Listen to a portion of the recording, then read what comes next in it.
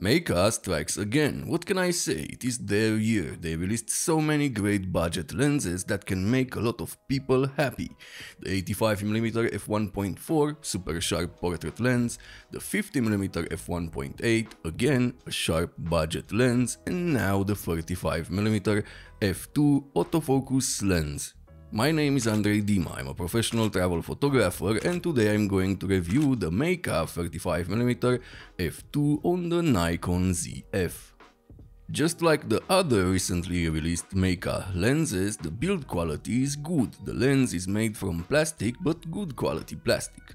It feels sturdy. I like the grey paint they used for some markings. This paint was also used around the front element, so you won't get any reflections when you use a filter.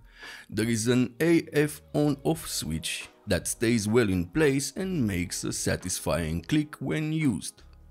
The focus ring is made from rubber, it turns smoothly and feels nice on touch. The lens hood is also nice, decent quality plastic, better build than ones on more expensive lenses. The mount is metal, it has an USB Type-C port for future updates, and it has a rubber gasket to protect your camera and lens from dust and water. While this is not a fully weather-sealed lens, this is a nice addition for a lens that costs only $200. The filter thread is 58mm, the minimum focus distance is 45 cm, but more on this later. The optical structure is 11 elements in 9 groups, and the weight of the lens is 300 grams for the Nikon Z mount, 298 for Sony E, and 297 for the L mount Alliance. I had to say that. Overall, a well-built lens. Some of you will say it is a bit big, but keep in mind this is a budget lens.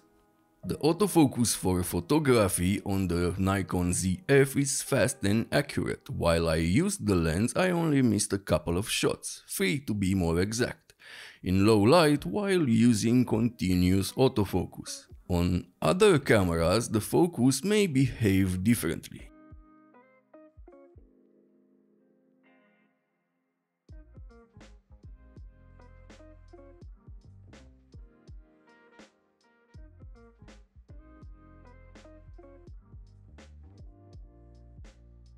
The autofocus for video again works very well. Depending on your settings, it can be really fast or nice and smooth, like you can see in this clip here.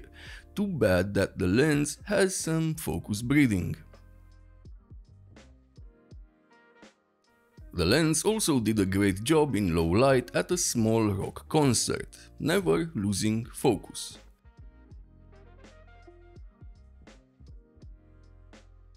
When it comes to chromatic aberrations, great news, I didn't see any in my photos wide open.